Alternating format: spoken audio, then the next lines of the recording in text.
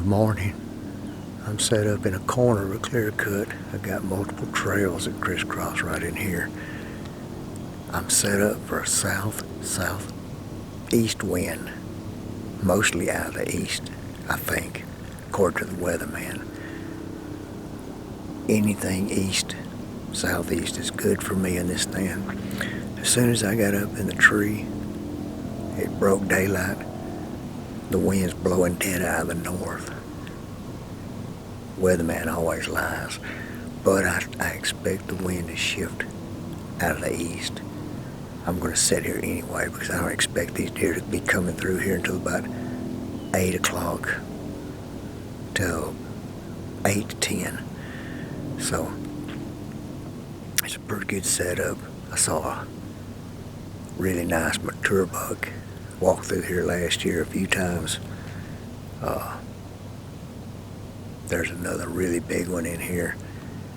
I've never seen him walk this trail, but I have a hunch that he might be. So we're gonna sit here and see what happens.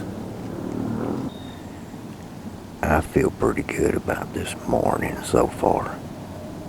I got in pretty clean. I'm set up. I expect the deer to do one of several things, actually. Right here I have a little opening. The trail is right in that opening. If they come off the top of that hill, they usually go right around that privet, and they either come around this side here or they go behind the tree. If they go behind the tree, I've got all kind of openings over here, which is really good setup. Sometimes they walk that hillside up there and they come out just out of bow range. So what I did is I walked in from that side and I touched a bunch of limbs and brush and everything out in the edge of that clear cut. If they go that way, they smell my scent.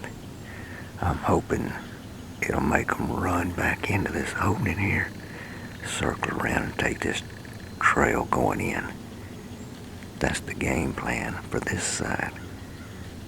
That was my approach. Coming back around the tree. The main trail is actually on the other side of this cedar tree. I'll be able to hear them coming.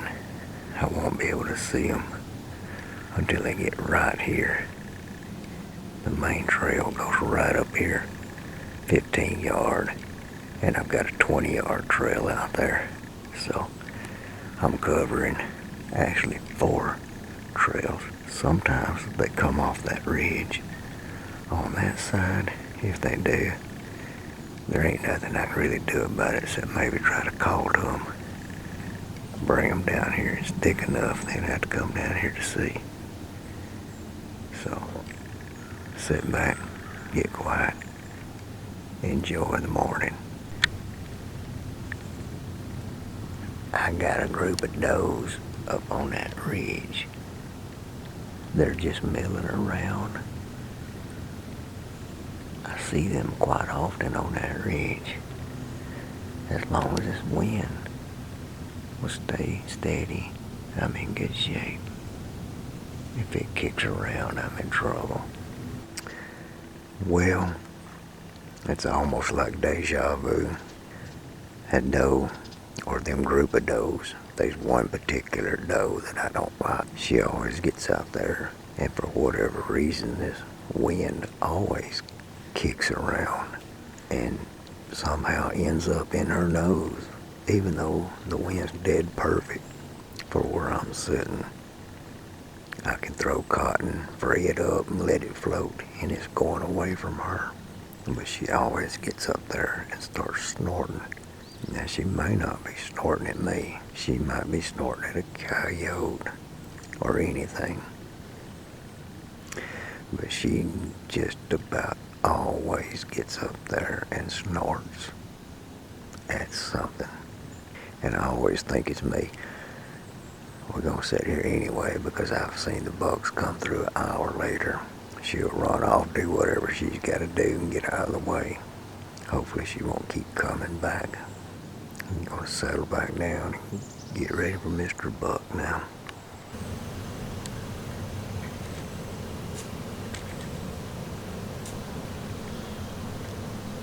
I spooked this deer right here, but it doesn't really know what happened. So it's coming back. You can hear it stomping its feet, trying to locate me.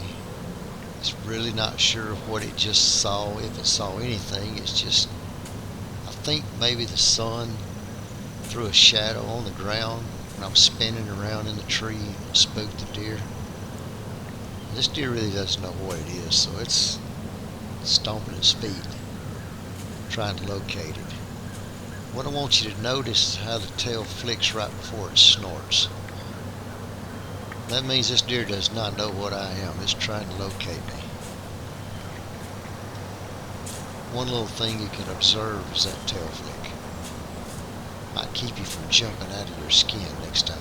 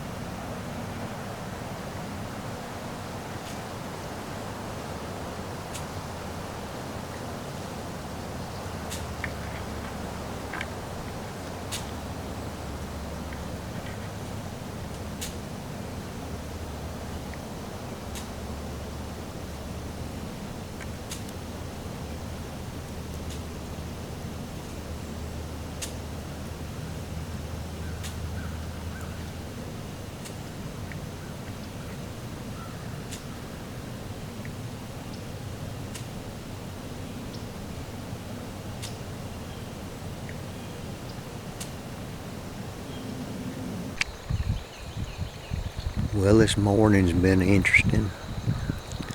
Had one doe come by and blow at me several times. She finally went off. Had another doe come up right dead under the tree. She snuck up behind me. I heard her about 10 yards before she got to the tree. Tried to spin around a little bit, and I guess I spooked her. That or she smelt my scent right at the base of the tree. She was almost under the tree. She ran back about 15 yards, stood there and snorted and snorted and snorted. Finally she left. She got out there about 60 yards still snorting, so I started snorting back at her. She circled back up on the hill up there, snorted. I snorted more, three or four times at her, and then she ran back down the draw. I think she finally just went a different direction. I don't know. She didn't go to the bed area past me. I started to get down out of the tree, but then the wind started actually cooperating for a change. It's about 10:30 now, 11 o'clock, somewhere in that neighborhood.